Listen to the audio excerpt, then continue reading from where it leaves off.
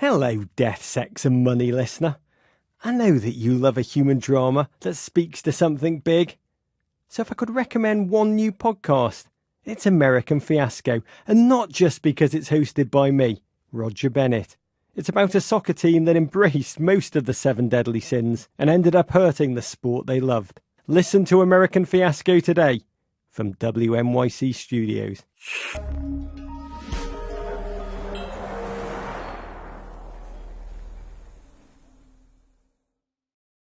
It is the most lonely feeling, being harassed at work. I put up with it for years before saying anything because I felt like it was my fault and it was my burden to bear. This is Death, Sex, and Money. Oh my God, where do I even begin? The show from WNYC about the things we think about a lot. I don't want anyone to ever have to go through that again. And need to talk about more. It's terrible, it's unhealthy, and it's toxic, and it also feels normal. I'm Anna Sale. So the first time it happened to me, I was working in a restaurant, and one of the chefs told me that he would fuck me if he caught me in the walk-in alone. A few weeks ago on the show, we talked about harassment and bullying at work. I talked about the things I shouldn't have put up with at jobs I've had, and I asked for your stories in the form of 30-second voice memos. And the last time it happened to me was about 6 months ago when a married coworker of mine took me out for a friendly drink and tried several times to kiss me. When I tried to grab the bill and leave, he told me that I was being uptight and that this is how he treats all of his friends.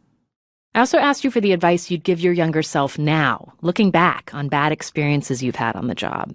If I could go back, I would just tell myself that I'm allowed to be angry about it. I have a right to be angry about it. I've always been more concerned for the other person. I didn't want to do anything to get them fired or get them in trouble. I feel like up until very recently, there was a pretty serious stigma for being the person that complained, and I didn't want that held against me. It doesn't matter what you do for work. I'm a student, camera woman, a microbiologist, psychiatric social worker. I worked in the restaurant industry. Hotels. I joined the military. I'm a graphic designer. Or how old you are. I'm 24 years old. I'm working at my first real job. I'm 29 and I've experienced sexual harassment at every professional job I've had. I am 55 years old, so as you might imagine, I've experienced the gamut. I'm 57 and have too many 30-second notes to share. You all had stories, and you all are pissed. So many of you had so much to unload, I'm going to let you take it from here. Hey, Death, Sex, Money. 30 seconds of workplace rage here. I am so enraged. It's been 2 years and I'm still furious. I am angry that I get called boring because I won't enter into an affair with a colleague, or that I am told that somebody only bothers to get up early to have breakfast meetings with me because of his major crush on me. I am angry that I have been reduced to one thing. I'm angry that people are complaining about hearing about harassment in the news.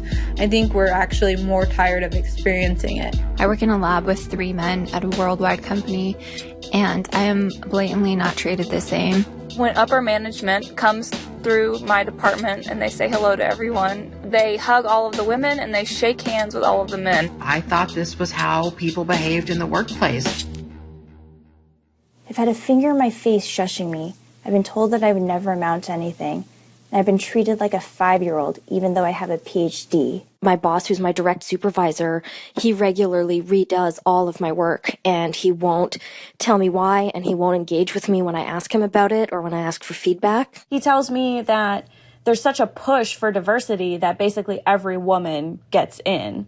To which I responded, whoa, what are you trying to say? And he says, oh, no, I'm just saying it's easier for you. I hate that he made me question myself. He tried to kiss me, which was just horrible. One time I delivered food to this man who appeared in a bathrobe and proceeded to expose himself. And I didn't tell anyone because I was closeted at the time, and I think I thought that would out me somehow, even though I had nothing to do with that. And I went and I cried in my office with my fellow interns, but I never told anyone in power, my supervisor, her supervisor, I never told anyone what she had done. I reported what happened nobody ever did anything. I reported this, and as a result, my job was cut in half. And I left my job instead of confronting her. I told my boss, and his response was, come on, we all know what real abused women look like. So I guess I wasn't abused enough. And that was how I started my work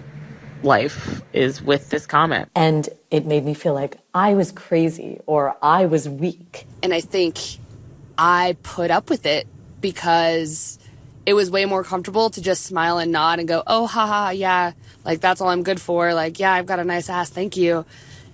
It was more comfortable to do that than to be the girl that held a boundary for herself. Because I was so afraid of being told that I was taking it out of context or that I was too sensitive. And I learned pretty young to carry shame and guilt and disgust. Because so much of the time, it's the he said, she said game. You must be overreacting. Is she crazy? I mean, the thing is, it's a subtle form of misogyny, you know?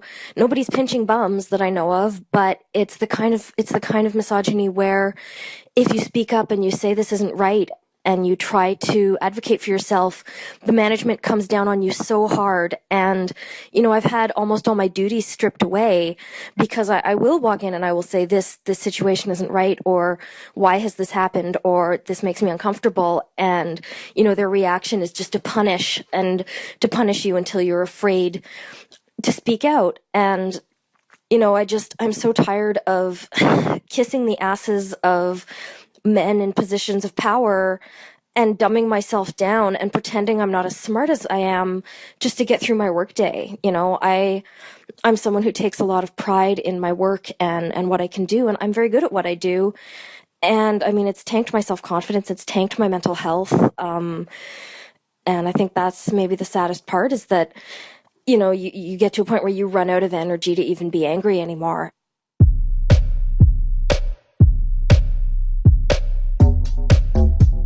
If I could go back in time and give my younger self some solid ass advice about harassment and bullying at the workplace, I would tell myself you're going to need to have a backbone. To stop apologizing. To be okay with confrontation. To not try and be nice. To stick up for yourself. It's not your job to put up with harassment or bullying. That's not what you're being paid to do. Trust your gut. If your boss forces you to cry in her office, you can end that meeting immediately. Don't give away your power. Stand your ground. To report, you don't necessarily have to do it alone. You can have an advocate. I wish I knew that I could have been mad when a coworker gave me a rape whistle as a joke at work. That I could say something right then and I didn't have to keep that inside or pretend that it was okay and appropriate. That it is not normal to be scared that you are putting on an outfit that a predator, who happens to be your boss, might find provocative. That I didn't have to justify my pregnancy to my boss. That it is not okay for someone to belittle me and make me feel like I'm the dumbest person in the room. I wish I could go back in time and just say, I fucking deserve to be here. Pregnant or not, I'm the best at this job. I don't have to take this bullshit. That I'm worth respect from the moment I walk into the door. I don't need to do anything else. I don't need to sound like anyone else. I don't need to look like anyone else. I am a person and I deserve respect. And I deserve to go to work and feel happy and safe wherever I go. Just because you're sweet and you're nice and polite doesn't mean you're weak. And you don't need to be treated like garbage. And honestly, fuck them. There are nicer people out there and you're talented. You will get hired. Life is too short to be unhappy. You are not stupid. You do not have to do unethical things. And you do not deserve to be treated that way. And you're well worth getting out of there. You are strong. You can do this. And it's not your fault.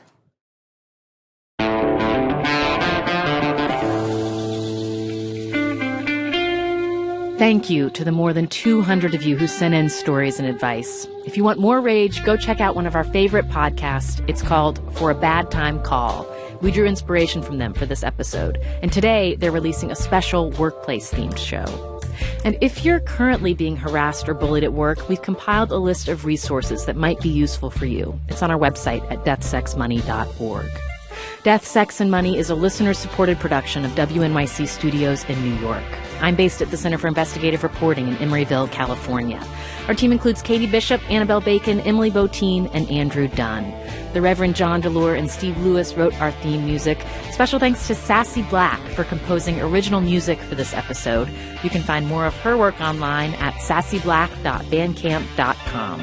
And guess what? We are on Twitter and Facebook, but we are also on Instagram at Death, Sex, Money. One of our New Year's resolutions is to do Instagram better. Follow our progress there. And we've got one last piece of rage for you from a listener who's had it with abuse at her job. You know what? Don't thank me with your words and your sweet voicemails. Thank me by paying me and paying me well and treating me well at work and giving me the opportunities to be involved in the decision-making process. Don't leave me any sweet voicemails. You can leave those for your wife, for your girlfriend, for your honey on the side. I don't care. But do me the favor and actually compensate me properly. I'm Anna Sale, and this is Death, Sex, and Money from WNYC.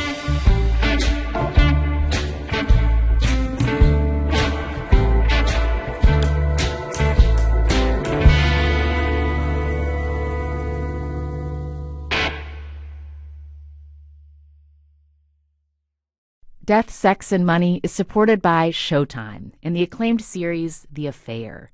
This summer, the journey continues in this intimate relationship drama. A fresh start should mean a new beginning, but it isn't that easy when the past forces everyone to crash back together. Starring Dominic West, Ruth Wilson, Maura Tierney, and Joshua Jackson, don't miss the new season of The Affair, premiering June 17th only on Showtime. To get a free month, go to Showtime.com and enter the code MONEY. Offer is for first-time subscribers only, and it expires July 15th. Only, and it expires July 15th.